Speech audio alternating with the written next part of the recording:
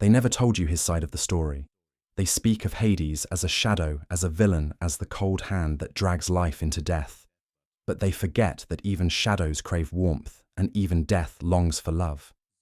In the beginning, before the flowers withered at his touch, and before the earth trembled at his name, Hades was not the monster of bedtime tales.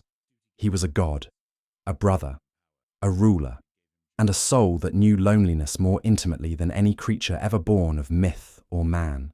When the world was young and the Titans had been cast into the black void of Tartarus, the three sons of Cronus stood before the newly carved heavens and divided creation like spoils from a battle won. Zeus, bold as the lightning he would one day hurl, claimed the skies. Poseidon, deep and unyielding, took the sea. And Hades, the eldest, the quietest, took what remained, the underworld, a place not of fire and torment, but of silence, shadows, and solemn duty. It was not a punishment. It was not exile. It was fate. And Hades accepted it. He did not fight his brothers. He did not curse the heavens or weep for the sun. He descended, down through the crust of the world, past the bones of mountains, past the roots of trees, down into the land where no birds sing and no dawn ever breaks. There, in the black soil of nothingness, he built a realm unlike any other. The underworld, a kingdom of balance, a place where the dead were not damned, but received, sorted, remembered. Some found peace in the Elysian fields. Others wandered in asphodel. The worst among men were cast into Tartarus, where they suffered not for divine vengeance, but for justice. Hades did not delight in suffering. He did not torture. He judged. He became the Lord of the dead, not by desire, but by necessity. And in that necessity, he found a strange kind of peace. Duty gave him purpose. Order gave him power. But none of it gave him joy. He ruled alone. The other gods dined in Olympus, bathed in nectar and laughter, basked in the love of mortals, who sang hymns in their honor. But who sang for Hades, who offered thanks to the god who caught their souls, when life let them go, his temples were rare. His name was whispered, avoided, even feared. Not because he had done evil, but because he was the mirror none dared to face.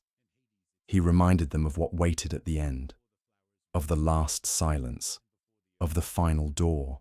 And so Hades remained apart, watching, waiting, listening to the quiet heartbeats of the dead and the far-off thunder of his brothers' wars. He was not jealous, he was not bitter, but he was utterly alone, until the day he saw her. It happened not by design, not by prophecy, not by war or divine scheme, but by chance, if such a thing as chance exists among the gods. He had risen briefly from the underworld, as he did from time to time, invisible to mortal eyes, to walk the edges of the living world. And there, across a field lit by sun and scented with spring, he saw her Persephone. She was not like the other goddesses. She did not shine like Aphrodite, dazzling and demanding attention. She did not command storms, or bear spears, or craft lightning. She moved softly, as if the world bent toward her, not in fear, but in reverence. Flowers bloomed where she stepped, vines curled to catch a glimpse of her hem, and the breeze itself seemed to hush when she breathed. Daughter of Demeter, goddess of the harvest, Persephone was the very embodiment of life's gentle touch. She laughed, and the grass grew greener. She sang, and bees changed course to follow her melody. She did not know he was watching, but he was. And in that watching, something ancient stirred within him. He had ruled for eons, judged kings, and criminals, held secrets deeper than any ocean trench. But in her presence, he forgot them all. She was not just beautiful. She was alive, vibrant, untouched by the fear of death. And for the first time since the cosmos cracked open, Hades wanted, not to conquer, not to command, but to be seen, to be known, to be loved. But how could he approach her? He, the god of the dead, the cold shadow beneath the world, bearing a crown of iron and robes that stank of grave dust. What words could he speak to the maiden of meadows that would not wither every petal at her feet? He returned to the underworld changed, restless, distracted. The shades whispered of his silence. Cerberus, his monstrous three-headed hound, watched him with tilted heads and wary eyes. The rivers of the dead flowed as always, but Hades found no comfort in their endless tides. He thought only of her, of Persephone, of her hands brushing wildflowers, of the way she knelt to help a rabbit caught in a snare, of the way her mother called to her Kor the maiden, the unplucked blossom of Olympus. He spoke of it to no one, not to his brothers, not even to Nyx the night herself, who often drifted near his throne in wordless counsel. But the desire grew quiet and dangerous. Not lust, not ambition, longing. And longing, when left to fester, becomes destiny. Hades began to ascend more often, never revealing himself, never speaking, only watching. Persephone wandered through the woods alone, sometimes away from the company of nymphs and dryads. She danced with butterflies. She laughed at her own songs. She played among the crocuses and daffodils, without fear, without knowledge of the god who followed her like a shadow trailing light. It could not last. One day she ventured farther than usual, past the meadows, past the vineyards, into a glade that mortal men dared not enter, where the air was thick with magic and the earth hummed with ancient power. It was there beneath a tree, older than the Titans, that Hades stood. Visible, waiting. She did not scream. She did not flee. She looked at him not with terror, but with curiosity. He had imagined this moment 1,000 times, rehearsed speeches in his mind, crafted poetic declarations. But when her eyes met his, he forgot them all. He asked her name, though he already knew it. She said it with a voice like warm rain on stone. He told her he was a king. She tilted her head and said, of what he said of the realm beneath all realms. Her eyes darkened, but not with fear, with interest. They spoke until the shadows stretched long. He did not ask for her hand. He did not beg for love. He simply listened. And when she laughed at his dry humor, something bloomed in him that had not bloomed since the first dawn. But time is cruel. The sun dipped low. Her mother's voice echoed in the distance, and Persephone turned to leave. Hades panicked, not in rage, not in desperation, but in sorrow. He knew that once she left, she would never be allowed to return. Demeter would never let her wander so far again. He would be just a moment, a flicker in her memory. And so, he acted. The earth opened, not with violence but with purpose. He reached for her not like a thief, but like a man clutching the last light before darkness returns. She gasped, not in horror, but in surprise. And as the chariot of obsidian rose from the pit pulled by black stallions forged from night itself, he swept her into his arms. The earth closed behind them, and the world changed. Above, Demeter screamed. Her daughter was gone. The flowers shriveled, the crops soured, the wind turned bitter. Demeter, goddess of the harvest, wept, and the world withered with her. But below, in a throne room of obsidian and firelit halls, Persephone awoke. She was not bound. She was not chained. She was given a chamber filled with light, with books, with music from rivers that glowed. Hades did not touch her. He did not demand. He waited. He spoke gently. He asked what she dreamed of, what she feared, what she missed. And in time she asked him questions too. Days passed, or perhaps centuries. In the underworld, time is a different beast. She explored. She met the judges of the dead. She watched souls as they were sorted. She saw that Hades did not rule with cruelty, but with balance. He did not delight in death. He bore it as a burden, a duty, an act of love for the order of the world. And slowly, her heart changed. Not from fear, not from magic, but from truth. She saw the man behind the myth, the king behind the shadow, and she began to wonder not if she could leave, but whether she wanted to. But fate, as always, had not finished its tale, and the seeds had already been sown. Above the earth, all things wilted. Fields that once danced golden under the sun now lay barren and broken.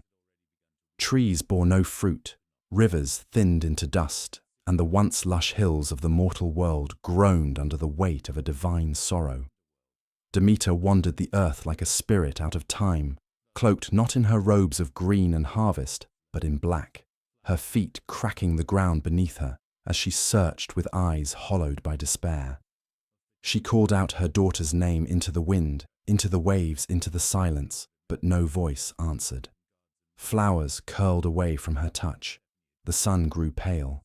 She was the goddess of growth, of fertility, of renewal. And without her, the world could no longer remember what it meant to bloom. She questioned gods and mortals alike. No one had seen where Persephone had gone. The nymphs wept, the dryads hid, and not even the seers of Delphi could offer more than riddles. Yet Demeter, mother and goddess, knew the scent of divine interference when she tasted it on the air. Someone had taken her daughter, and she would unmake the heavens themselves to get her back. In Olympus, Zeus sat on his throne, golden and resplendent, but his brow was furrowed with unease. For while he was king of gods and men, he was also father to Persephone. Not by affection, perhaps not by warmth, but by blood. And the cries of Demeter reached even his lofty perch. At first he ignored them. Let time pass, he thought. Let emotions cool. But time did not pass, not truly. Not when the earth itself refused to obey. Crops failed. Offerings ceased. Mankind began to starve, and with every prayer unsaid, every altar unlit, the power of Olympus dimmed. Even the gods felt hunger on their tongues. Demeter came to him then, not as sister, not as consort, but as fury incarnate. She demanded her daughter's return. She accused the heavens of betrayal. And Zeus, bound by fate and fear, confessed the truth: it was Hades. Hades had taken Persephone, not by war, not by storm, but by silence. Demeter's scream cracked the sky. She vowed that until her daughter was returned, she would let the earth die. No seed would sprout, no tree would bear fruit, and no woman would give birth. And so began the first true winter, the silence of life, the mourning of the land. Zeus, troubled and trembling beneath the weight of a world unraveling, sent Hermes, fleet-footed messenger of gods, to the underworld. Hermes flew like silver lightning down through the veils of earth, through the caverns of the dead, until he reached the throne of Hades. There he found the lord of the underworld, seated beside Persephone, not as captor and captive, but as king and queen, unspoken, unwed, uncertain. Hermes told them of the famine, of the world's collapse, of Demeter's unrelenting grief. Persephone rose then, her eyes no longer filled with innocence, but with weight, with knowledge, with a pain both new and ancient. She looked to Hades and he to her. He did not argue. He did not beg her to stay. He only asked if she had loved the time they had shared. She did not answer with words. She reached out, touched his hand, and let it go. She would return. But the underworld, like all sacred places, is governed by law, older than Olympus itself. Those who consume its food become part of its realm. Persephone, during her stay, had eaten but only 6 seeds. 6 tiny, glistening pomegranate seeds. She had not known their power. She had not known that each seed was a chain, a thread, that bound her soul to the earth's core. And now, even as she rose with Hermes toward the surface, that tether pulled gently at her. When she emerged into the world of sunlight once more, Demeter rushed to her. The earth sighed. Buds pushed up through the frost. Rain returned to the skies. Mother and daughter were reunited, but something had changed.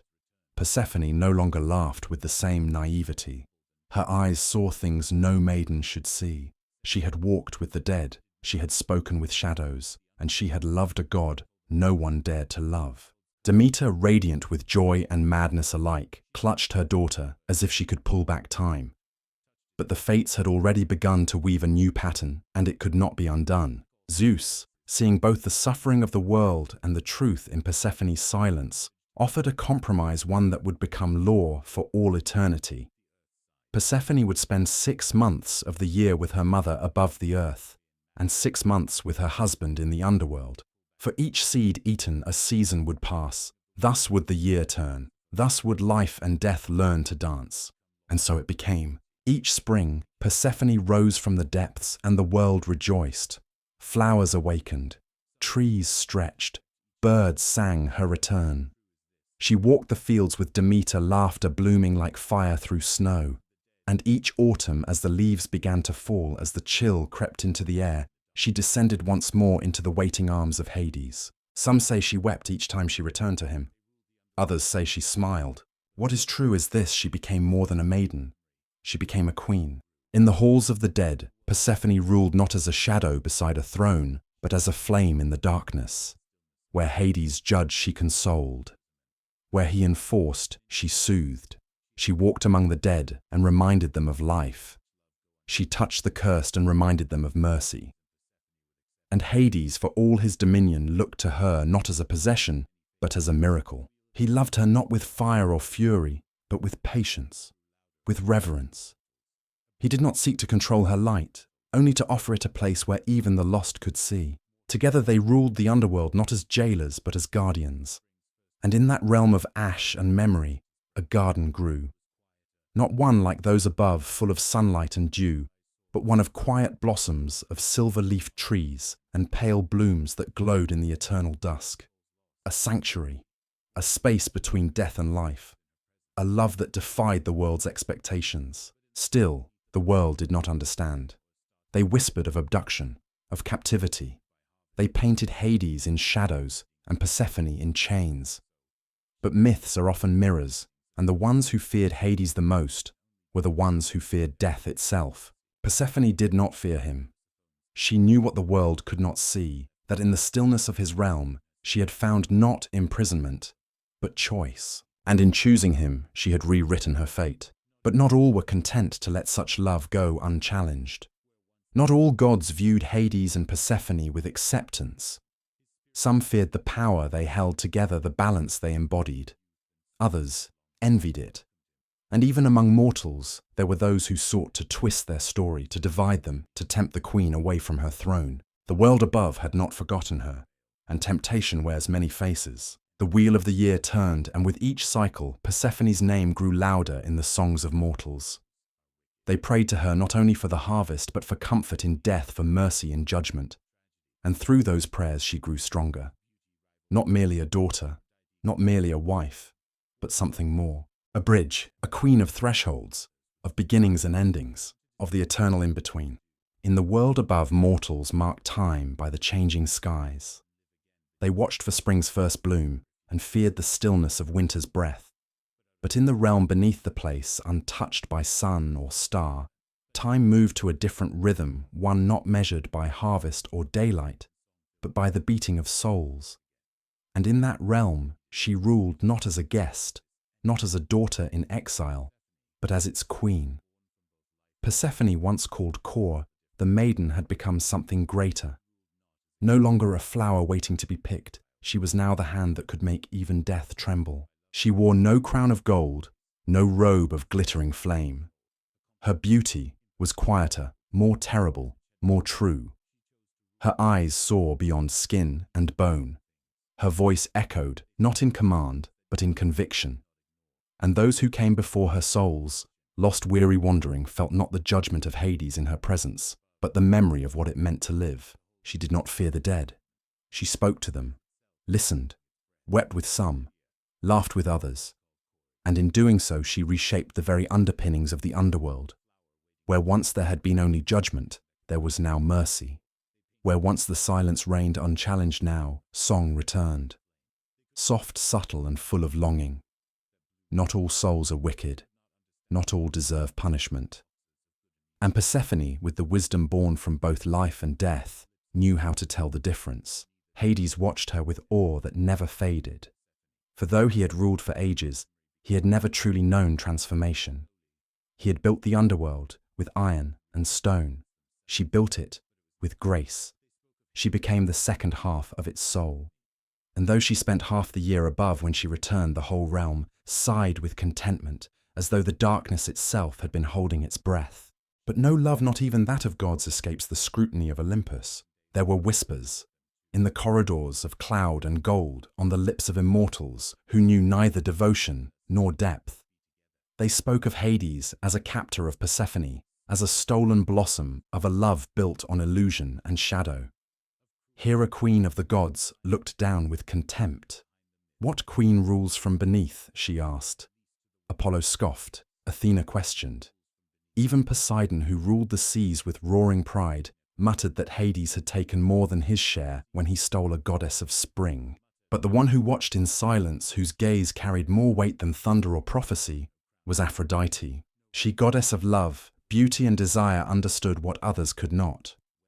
She saw the truth behind Persephone's gaze, the quiet ache when she left the underworld, the strength in her steps when she returned.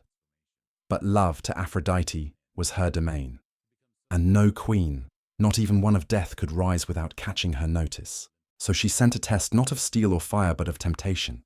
In the mortal world, a young man walked with the grace of the divine. His name was Adonis. Born of tragedy, raised by nymphs, his beauty rivaled the gods. Aphrodite claimed him as her own, watched over him, adored him.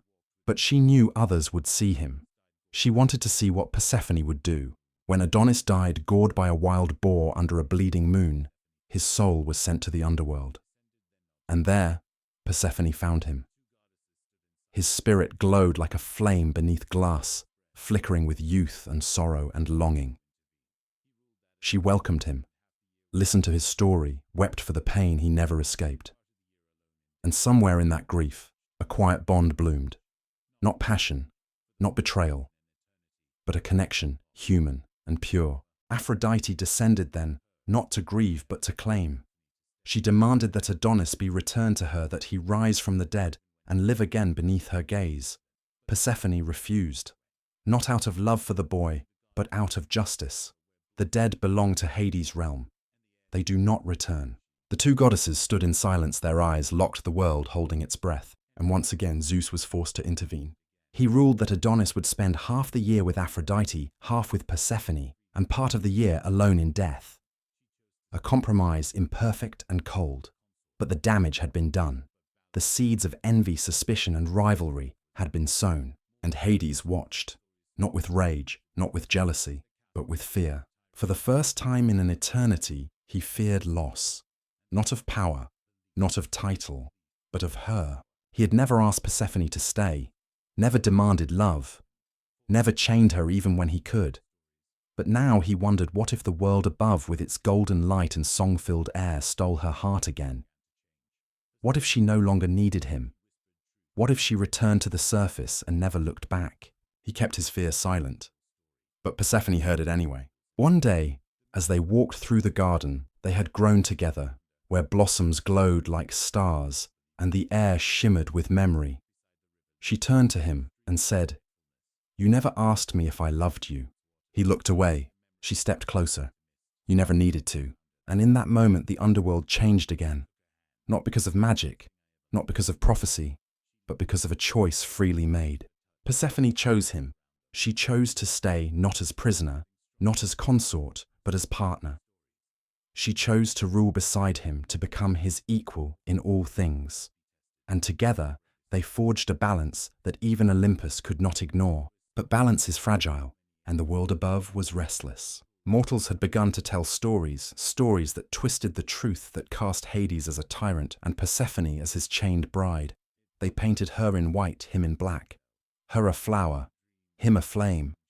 They could not imagine a love that grew in shadow, that bloomed in silence. They could not understand a union that defied the neat boxes of good and evil. The myths spread, and with them belief. And belief has power. The more the world feared Hades, the more the underworld darkened. The more they pitied Persephone, the more fragile her memory became in mortal minds. And slowly, without realizing it, they began to reshape the gods themselves. For gods are not immune to stories. They live in them, feed on them, and when enough mortals believe something to be true, it becomes so. Hades began to change, not in heart, but in image. His name was used to frighten children. His face appeared in nightmares. Offerings stopped. His temples crumbled. And with every tale of abduction, of cruelty, of cold iron chains, the man behind the myth faded. The love they shared began to look at least to the world like something else. Persephone fought against it. She whispered truth into the ears of poets. She danced through dreams, planting seeds of the real story. She called to mortals in their sleep. But it was not enough. The myths grew louder than the truth, and she began to wonder, could love survive if the world refused to believe in it? One night she sat beside the river Lethe, the stream of forgetfulness, and watched as the souls drank its waters, their memories dissolving into mist. She wept not because they forgot, but because she feared one day the world would forget them too. Hades found her there. He knelt beside her, took her hand. "You were the first thing I ever loved," he said. "And if they forget us, let it be together." She leaned into him, the warmth of her touch defying the cold around them. And in that vow they made something stronger than temples, stronger than stories. They made eternity. But eternity, like all things, must be tested. And the greatest test was yet to come. It began as a whisper, as so many endings do. A ripple in the great silence of the underworld, so faint that even the river Styx held its breath to hear. It passed through the fields of asphodel, brushed the dreams of sleeping shades, drifted along the walls of Hades' dark palace. Something was stirring, not in Olympus, not in the hearts of men, but in the very fabric of the realm below. The world was forgetting. Not entirely, not all at once, but slowly, with the careful cruelty of time. The story of Hades and Persephone, the real story, the one of longing, of balance, of love without chains, was being swallowed by simpler tales, easier lies. Mortals were telling it wrong. And each time they did, a piece of truth unraveled. They spoke of Persephone as a prisoner. They called her the stolen spring. They made her a victim in a tale that had never asked for pity. And Hades, once a god of solemn justice, became a villain cloaked in shadow. He was a thief, they said, a captor, a curse. Persephone heard these stories.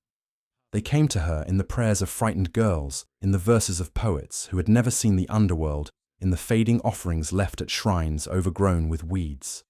She tried to push them away, but each false word chipped at her name, at her truth, at the love she had chosen.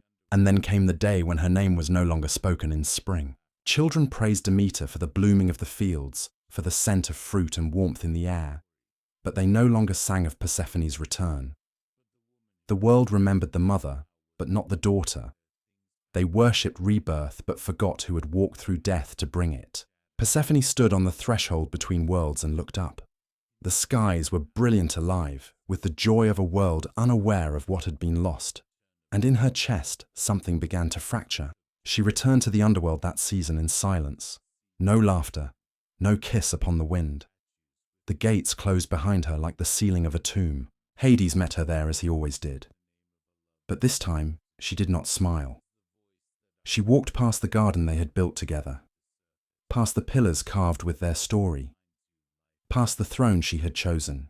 He followed. She sat by the pool of memory, its waters still and silver. Souls passed like ripples through its depths. She looked into it, not at the dead, but at herself. "I am disappearing," she said, "and you cannot stop it." Hades knelt beside her, his hands heavy with helplessness. He had fought titans, held back chaos, ruled over death itself, but he could not fight what mortals believed. "What do you want?" he asked. She did not answer, because she did not yet know. Days passed, or perhaps centuries. Time bends in the land of the dead. Persephone wandered the halls like a shadow of herself. The garden withered. The shades grew restless. Even Cerberus whimpered in the corners. And Hades waited. He gave her space, as he always had. Because true love is not a cage, it is a door left open. And though his every instinct screamed to reach for her, to remind her to pull her back, he stayed silent. Until one night, as the world above slipped into winter, she came to him. Her eyes burned not with anger, not with sorrow, but with resolve. "We must make them remember," she said. "Not just us, but the truth." And so they began. They sent dreams into the minds of storytellers, whispered verses into the ears of wandering minstrels. They appeared to women who stood at crossroads, to mothers who feared loss, to daughters who asked questions too dangerous for polite company. Persephone returned in symbols, flowers that bloomed from bone seeds buried in the dark, that grew into fire-colored blossoms, in rites performed in secret, in spells cast at dusk in her name. Hades returned too, not as terror, but as justice, as the voice that asks what lies beneath the surface, as the cold that reminds you life is precious. Together they became a myth again, but this time it was their own. It was not easy. The gods of Olympus watched, some amused, some annoyed. Demeter wept confused by the shape her daughter had taken. She had dreamed of reclaiming Kore, the girl of fields and sunlight. But the woman who stood before her now was made of darker things, power and tenderness, and fire tempered in shadow. I am both, Persephone said. I am maiden and queen. I am life and death. You cannot choose which half to love. And Demeter slowly, painfully began to understand. The mortals changed too. They began to speak her name with reverence, not pity. To honor not just the return of life, but the strength it took to return. They built altars with seeds and iron. They carved statues with thrones made of bone and blossoms. They lit candles in the name of a love that refused to die. And with every offering she grew brighter. The garden bloomed again, not just in the underworld, but in the hearts of those who had been told that love must always look a certain way, that queens must always be saved, that darkness cannot be chosen. She had chosen it. She had chosen him. And in that choice she taught the world something no god had ever dared to say. That love is not the absence of fear, but the courage to stand in it. That light means nothing without shadow. That even in the deepest depths, something beautiful can grow. Hades stood beside her, not as ruler, not as savior, but as partner. The silent king and the sovereign of spring. Two forces bound not by law or fear, but by devotion. He had waited for her, and she had returned. Not because she was forced, but because she was home. And in the end, that is the story. Not of theft, not of chains, but of a garden grown where no garden should be. Of a love that defied heaven, earth, and even the lies told in its name. Of Hades who asked for nothing and gave everything. And Persephone who walked into the dark and brought her own light. They were never meant to be simple. They were never meant to be safe. They were meant to be eternal.